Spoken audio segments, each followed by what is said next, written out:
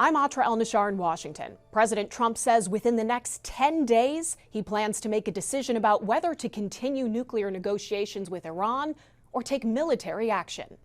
U.S. military forces in the Middle East standing by for potential orders to attack Iran, possibly as soon as this weekend, in what would be Trump's second round of strikes in less than a year. Now we may have to take it a step further, or we may not. Maybe we're going to make a deal. You're going to be finding out over the next probably 10 days. That 10-day timeline the president outlining Thursday may not play out, because President Trump said this just one day before ordering strikes on Iran in Operation Midnight Hammer last June. I'm giving him a period of time, and I would say 2 weeks would be the maximum. The very next day, the president told the nation U.S. forces bombed 3 Iranian nuclear facilities. Iran's key nuclear enrichment facilities have been completely and totally obliterated. Since a second round of indirect nuclear talks with Iran in Geneva this week, signs of looming conflict have only intensified. We have to make a meaningful deal.